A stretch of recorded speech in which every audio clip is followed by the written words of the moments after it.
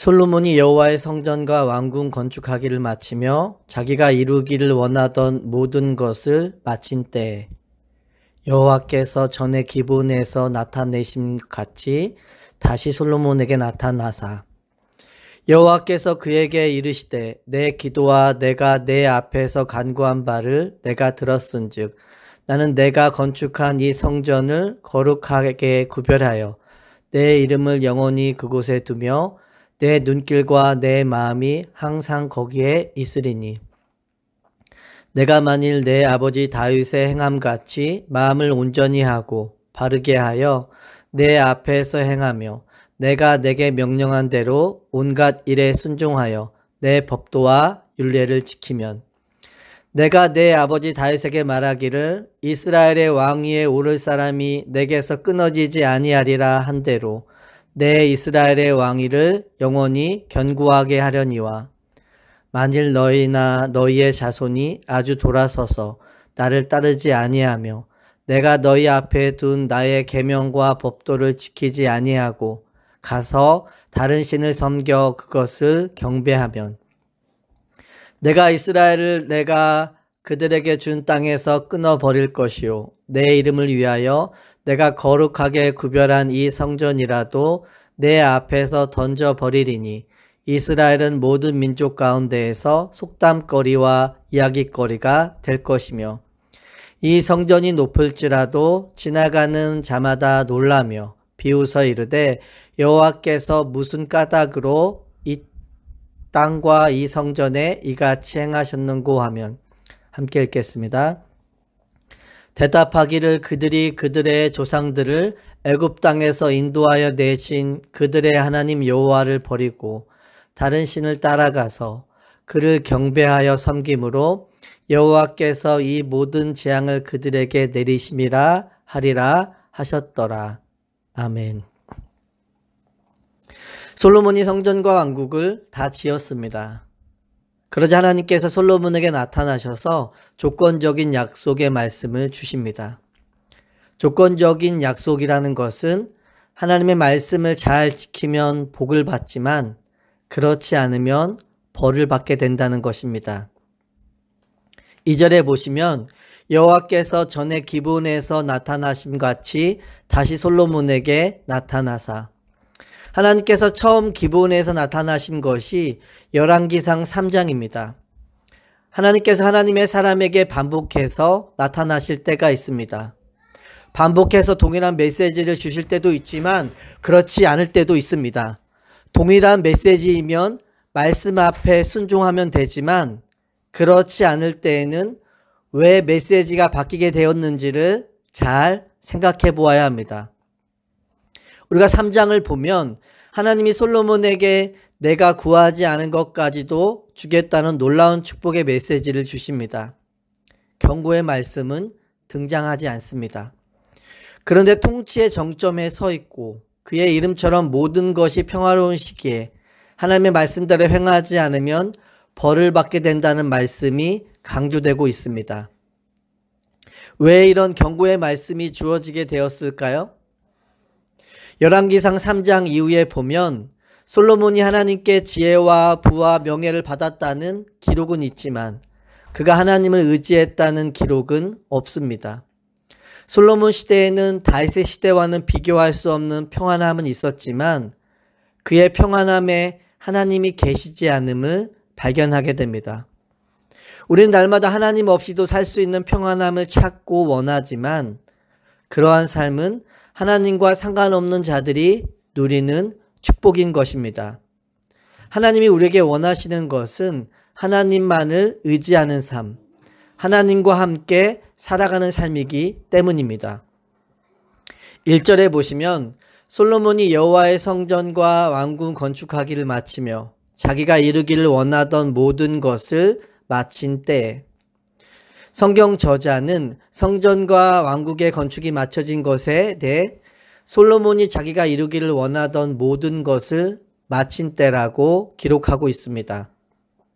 솔로몬이 하나님의 이름을 위하여 성전을 지었지만 그것에 대해 하나님이 기뻐하셨다는 성경의 기록이 등장하지 않습니다. 성막이 지어지는 것을 보면 하나님이 직접 건축하시고 진행하시는 것을 볼 수 있습니다. 그런데 솔로몬의 성전에는 하나님이 관여하셨다라는 기록이 없고 이방 사람만 나옵니다. 하나님이 주도하신 것이 아니라 모든 것을 솔로몬이 주도하고 있음을 보게 됩니다. 솔로몬이 지금 무슨 생각을 가지고 다스리며 왕의 자리에 있는지를 드러내고 있는 것입니다. 솔로몬의 모습 속에서 우리가 하나님 앞에 나와 하나님을 위한 일을 하는데도 하나님과 상관없는 일이 될 수 있음을 깨닫게 됩니다. 하나님의 일이라는 것보다 더 중요한 것이 하나님을 향한 순종임을 늘 기억할 수 있기를 원합니다. 3절에 보면 하나님께서 솔로몬의 기도를 다 들었다고 말씀하시며 내 역할에 대해서는 내가 걱정할 것이 없다고 말씀해 주십니다. 그러면서 솔로몬에게 주의를 주시죠. 조건적인 약속을 다시 강조하시는 것입니다. 4절에서 5절 말씀입니다.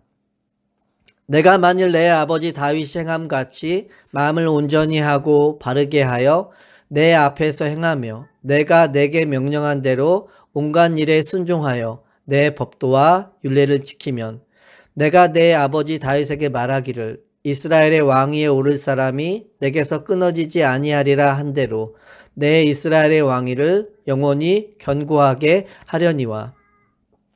4절 앞부분을 보시면 내가 내 아버지 다윗이 한 것처럼 마음을 온전하게 하고 바르게 하여 내 말씀을 따라야 함을 말씀하십니다. 마음이 먼저 언급되고 있는 것은 사람이 그의 마음에 품은 대로 살아가기 때문입니다. 다윗의 삶을 보면 그가 하나님만을 의지했다는 말씀이 계속해서 등장합니다. 다윗은 하나님이 순종을 말씀하시면 그가 하나님의 말씀에 순종했다는 기록이 따라옵니다. 하지만 솔로몬의 삶에는 그러한 것이 없습니다. 솔로몬이 마음과 뜻과 정성을 다해 하나님을 사랑했다는 삶의 기록이 등장하지 않는 것입니다. 우리를 향한 하나님의 관심과 마음이 어디에 있는지를 보게 됩니다. 하나님의 관심은 온전한 마음으로 율례와 법도를 지키고 행하는가, 우리가 하나님의 말씀에 순종하는가에 관심이 있는 것입니다. 우리가 하나님의 말씀을 듣는 것과 그치는 것이 아니라 지켜 행할 수 있는 자들이 되기를 원합니다. 우리가 마음과 뜻과 정성을 다해 하나님을 사랑하는 자들이 될 수 있기를 소망합니다. 하나님을 마음 다해 사랑하면 그것이 우리의 삶으로 분명하게 드러날 것입니다. 하나님은 솔로몬에게 너는 다윗이 행했던 것처럼 그렇게 살아야 한다. 그러면 내가 다윗에게 주었던 약속을 지킬 것을 약속하십니다. 그런데 그렇게 하지 않을 때 임하게 될 일에 대해 경고해 주십니다. 6절과 7절 말씀입니다. 만일 너희나 너희 자손이 아주 돌아서서 나를 따르지 아니하며 내가 너희 앞에 둔 나의 계명과 법도를 지키지 아니하고 가서 다른 신을 섬겨 그것을 경배하면 내가 이스라엘을 내가 그들에게 준 땅에서 끊어버릴 것이요 내 이름을 위하여 내가 거룩하게 구별한 이 성전이라도 내 앞에서 던져버리리니 이스라엘은 모든 민족 가운데에서 속담거리와 이야기거리가 될 것이며. 6절에서 7절에 보면 하나님을 떠나게 되는 각 단계에 대해 설명하고 있습니다. 먼저 그들이 내게서 돌아섰다. 나를 따르지 아니했다. 나의 계명과 법도를 지키지 않았다. 다른 우상을 섬기고 숭배했다. 그리고 그 결과로 인해 어떠한 일들이 일어나게 될 것인지를 말씀해주고 있는 것입니다. 우리가 날마다 하나님의 말씀을 가까이 하는 자들이 되기를 원합니다. 하나님을 따르지 않으면 남은 삶은 다른 방향으로 가게 되는 길밖에 없습니다. 그러면 우리의 믿음을 타협하게 되고 하나님보다 우상을 더 믿고 의지하게 되는 것입니다. 그리고 그 결과 삶과 신앙은 무너져 버리게 되는 것입니다. 지금 열왕기서를 읽고 있는 자들은 이스라엘의 멸망으로 인해 포로가 된 자들이 있죠. 그들에게 열왕기서의 저자는 분명하게 이야기하는 것입니다. 이스라엘이 왜 멸망했는가? 하나님이 무능하셨기 때문에 이러한 일들이 일어난 것인가? 그렇지 않다는 것입니다. 그들이 그렇게도 믿고 의지하던 성전이 무너진 것은 우리가 불순종했기 때문이다. 하나님의 말씀에 순종하지 않고 그 명령대로 살지 않은 결과임을 깨닫게 해주는 것입니다. 9절에 보시면 그것이 구체적으로 제시되고 있습니다. 대답하기를 그들의 조상을 애굽 땅에서 인도하여 내신 그들의 하나님 여호와를 버리고 다른 신을 따라가서 그를 경배하여 섬김으로 여호와께서 이 모든 재앙을 그들에게 내리심이라 하리라 하셨더라. 하나님의 기적과 능력을 경험하며 애굽 땅에서 나온 이스라엘이 왜 멸망하게 되었는가? 그들이 애굽 땅에서 인도해 내신 하나님을 버렸기 때문이다. 사무엘상 2장 30절에 보면 나를 존중히 여기는 자를 내가 존중히 여기고 나를 멸시하는 자를 내가 경멸하리라. 솔로몬은 성전을 화려하게 지었지만 그 과정과 결과에 있어 하나님께 순종하는 모습을 보이지 않습니다. 성전을 지었지만 성전을 통해 하나님을 만나지 못한 것입니다. 왜냐하면 그가 하나님의 율법에 순종하고 의지하려는 마음이 없었기 때문입니다. 하나님의 경고를 듣지 못한 결과 솔로몬의 성전은 돌 위에 돌 하나도 남기지 않고 다 무너지게 됩니다. 그리고 이스라엘은 남과 북으로 갈라져 멸망당하여 포로로 끌려가게 되죠. 우리가 현재의 화려함과 만족함에 취해 하나님의 말씀을 떠나는 자들이 되지 않기를 바랍니다. 삶의 고난과 해결하지 못한 문제가 남아있어도 우리의 마음이 하나님께 있고 그 말씀에 순종하고 있으면 문제될 것이 없음을 기억할 수 있기를 소망합니다. 하나님의 말씀을 따라 멀리 바라보며 살아갈 수 있는 삶이 될 수 있기를 예수 그리스도의 이름으로 축원합니다.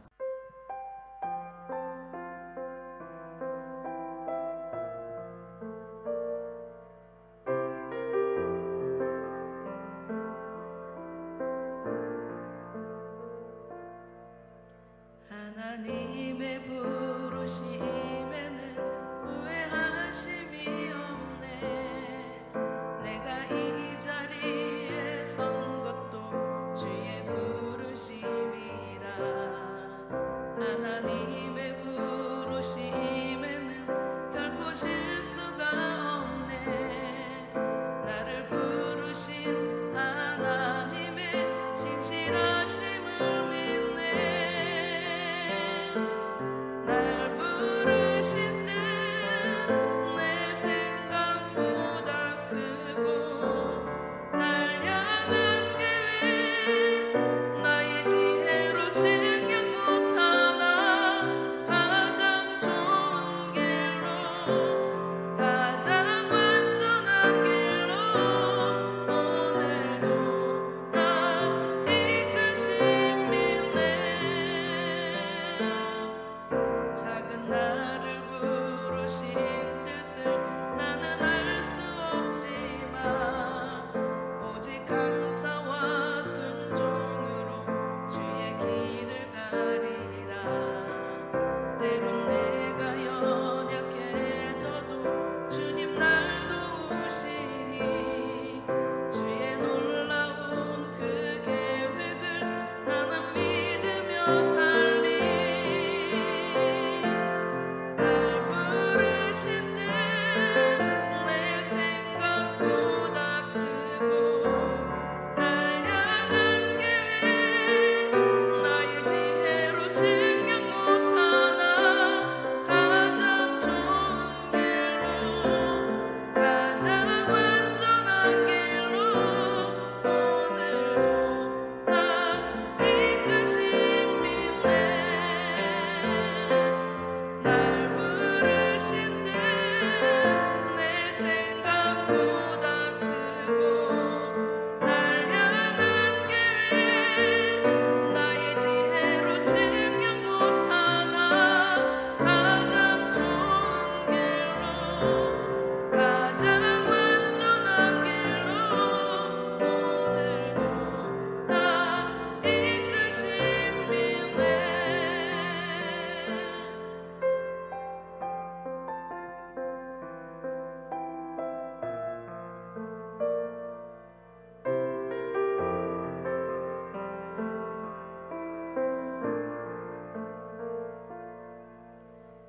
나나니